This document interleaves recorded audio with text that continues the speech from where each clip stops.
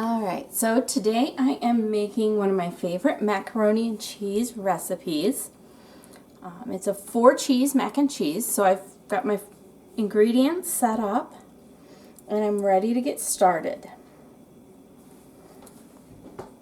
Okay, my oven is preheated to 350 degrees. I have 2 pans. Okay, first pan has water heating to boil. Second pan, I am going to be making my cheese sauce in. Okay. What's really awesome about this recipe is you can choose whatever cheeses you like.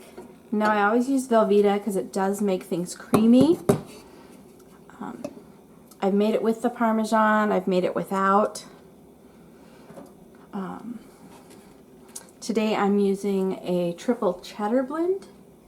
Usually I use Colby Jack, but I want it to be different. Okay, so in my pan I've added 2½ cups of milk, and I'm going to whisk in 1/4 a cup of flour. Okay. Let's put that over medium. On my oven, which is gas, is between 5 and 6.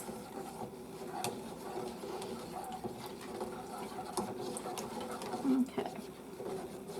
And that milk, the flour, excuse me, actually whisks into the milk really easily. Now as this heats, it will thicken. Once it thickens, I am going to add my cheese. I do believe I add some pepper here. According to your recipe, yes.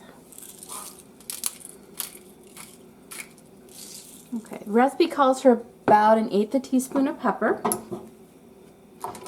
I just have a pepper grinder, so I go ahead and grind that in. You do want to whisk this constantly, because if you don't, it will stick to the bottom of the pan and it will burn. When milk burns,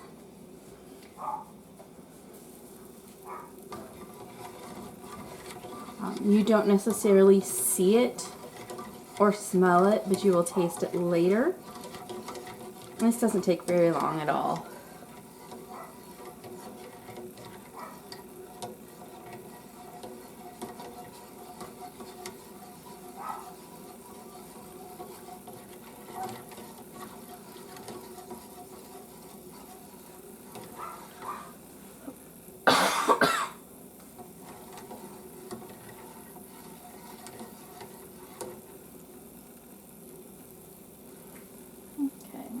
Check my heat down here. It is running just a little high.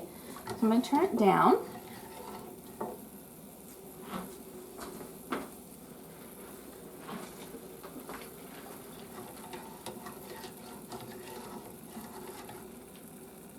Now, because I'm using a balloon whisk, it doesn't always get the corners of my pan, so I'm going to grab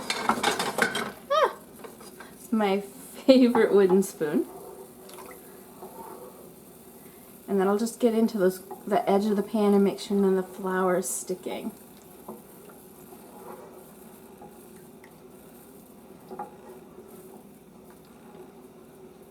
Okay, if you want to switch to a spoon once you've got that flour whisked in, that's fine. Choose as many different cheeses as you want. If you want to just go with a single cheese, you can. The other recipe I have posted for you right now is a more classic mac and cheese where you make a roux and you turn it into a cheese sauce and then you pour it over macaroni that's been cooked. This works slightly differently, but it's still kind of the same principles. We're using flour and milk, we're thickening, we're making a cheese sauce, we're pouring it over macaroni. Only difference is I am going to bake this one. I typically don't like baked mac and cheese. However, there's just something about this one I really like.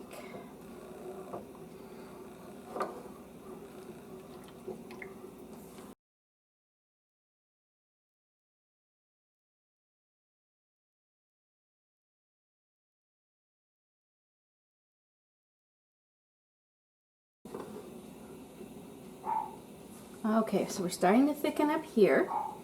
I'm going to keep stirring until this bubbles.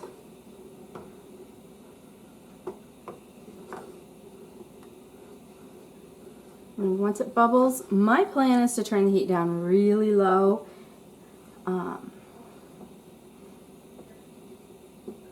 Isn't that beautiful? That's what we're looking for. Okay, front burner, low. Okay, once that thickens, we can start adding our cheese. I personally like to put in my cream cheese first because that takes the longest to actually incorporate. Okay, so grab my plate of cheese here.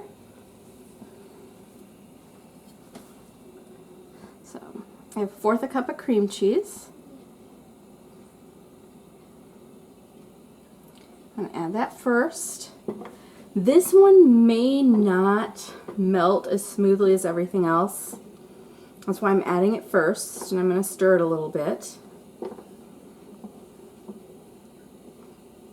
This is the one that usually I see lumps of. It won't hurt anything if there's small lumps of cream cheese. The cream cheese is just giving us a little richness.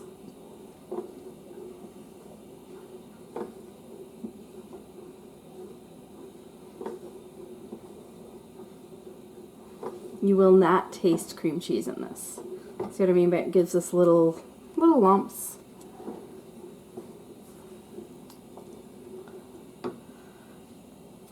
Zoom in a little here.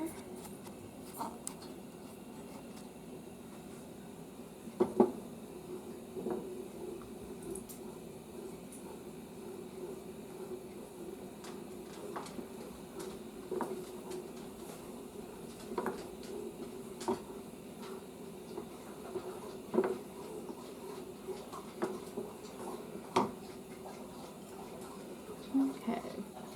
Next I'm going to add my Velveeta. I've got 3/4 a cup of Velveeta cubed. Again, you can play with this ratio a bit. If you would rather just have all Velveeta, that's fine. Velveeta's got a very, very cheesy flavor. It is a processed cheese product, meaning it's a whole bunch of different cheeses that they've pulled elements from to kind of incorporate together to get this smooth, melted, creamy, cheesy blend. They do add other ingredients that are edible just to kind of create a product that does exactly what they want it to. Real cheese would get lumpy and oily and grainy. Velveeta will not.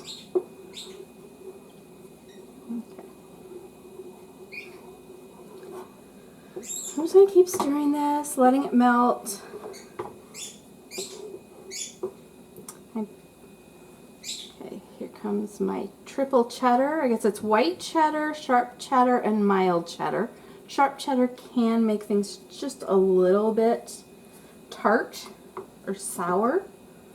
So, we'll see how this turns out. And that just melts so nicely since it's shredded. And see how it's stringy? That's the natural cheese versus the creamy of the Velveeta.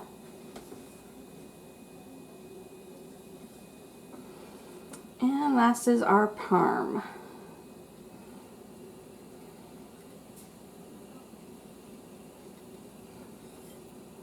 All my little stragglers here.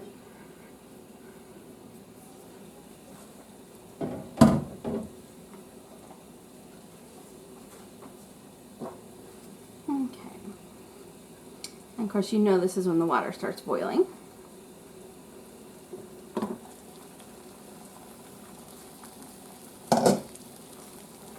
Okay, so I'm going to add about a teaspoon of salt to my water.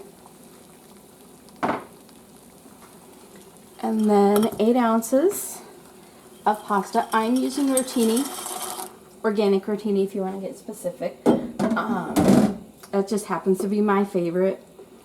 with this because the cheese fills in all those little coils and you just get a better bite in your mouth.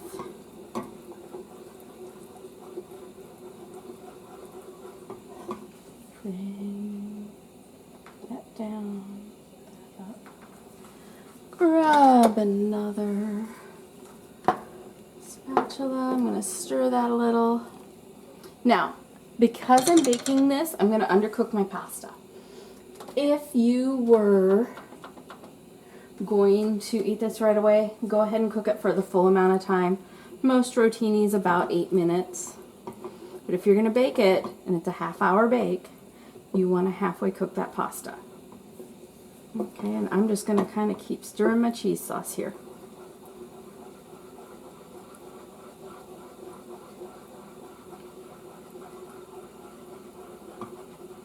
Try and get what lumps I can, because there'll be some lumps of parm, there'll be some lumps of cream cheese. I'll just kind of mush it against the wall here of my pan and get out what I can and eat what I can't. There it is. That's a good lump of cream cheese there. And there's another one.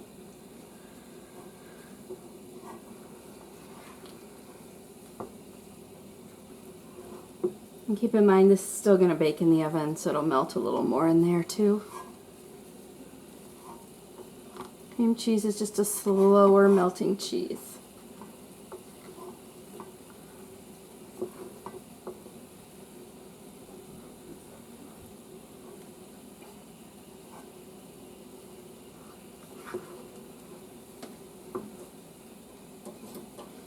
I'm going to turn the cheese off and just use the residual heat in the pan to keep it from getting too cold. While my pasta's been boiling, I have been buttering my pan. So I've got an 8 by 8 inch baking pan that I have taken a little bit of butter. I usually keep some in the fridge just for greasing pans. Okay, I've rubbed that all over the inside of my pan, nice thin layer. I chose butter because it will actually taste good with the mac and cheese. But that'll also make the pan a little bit easier to clean. Okay, give this a stir, make sure it's still doing okay. Okay, that little beep, if you heard it, is telling me that it's going to be time to check my pasta in about a minute.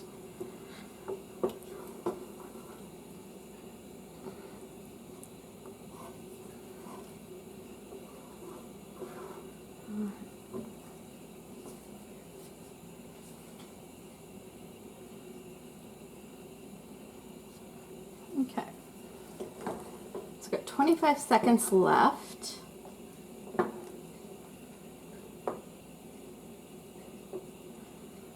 I'll take out a piece of pasta.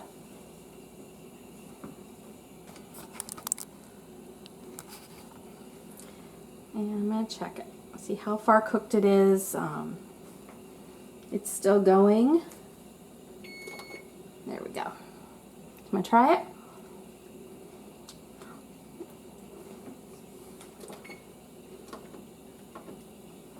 I'd actually like that to go about another minute or two.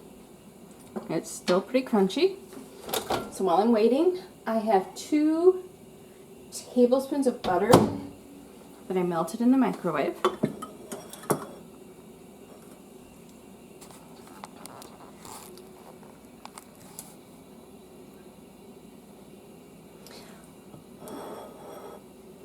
Okay, your recipe calls for 1. I like to increase that to 2. That is just a me thing. You do what suits you. I also increase the crushed, mine's Melba toast this time. Sometimes it's bagel crisps. It's whatever I can get that's garlic flavored because I like the garlic flavored. So I increase that to a 1/2 cup. Again, my personal preference. You do you. Grab a fork here. My pasta's having some thoughts back there. Oh, that's better. So we got about a minute left on the pasta. I am going to stir my crumbs into my topping.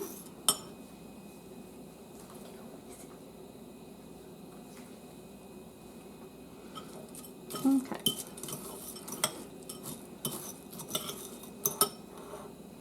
All right. Turn off my pasta. There we go. All right, so I'm going to drain my pasta.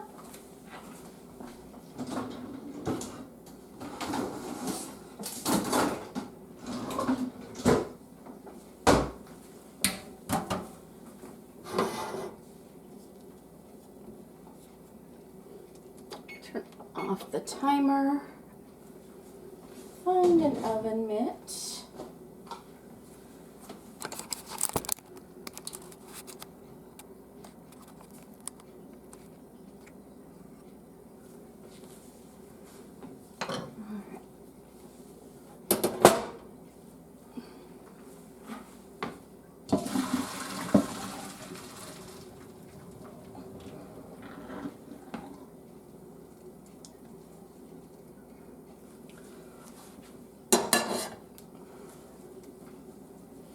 Okay, I am not going to rinse my pasta. I'm just going to take it once I drain it right back into the pan. All right, all my burners are off. I'm bring the pan forward. Add my cheese. This is one of those recipes that does dirty a lot of dishes.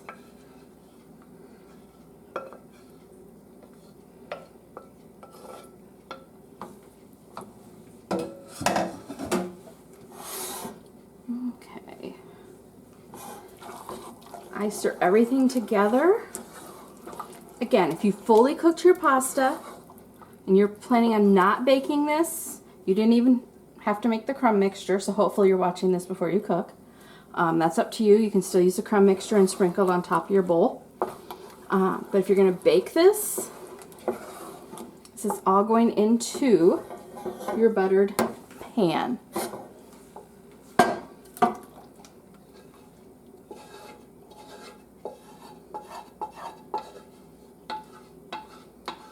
Okay, scrape out as much of that cheese sauce as you can.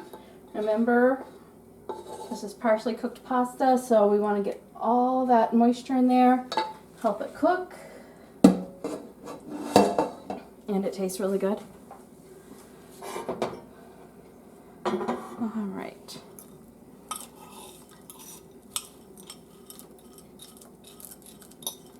All right, so you sprinkle your topping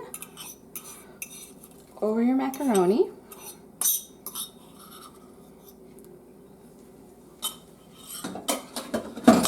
Come back and spread that out a little.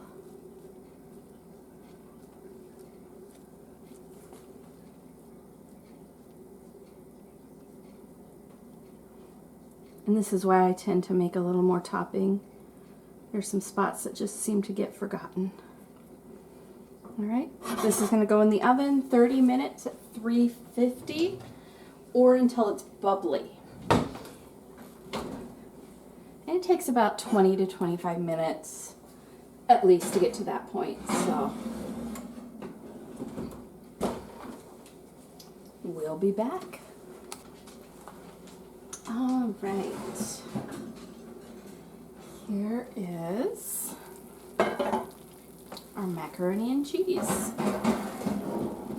Okay, bubbly. It does get a little crispy on the edge up there.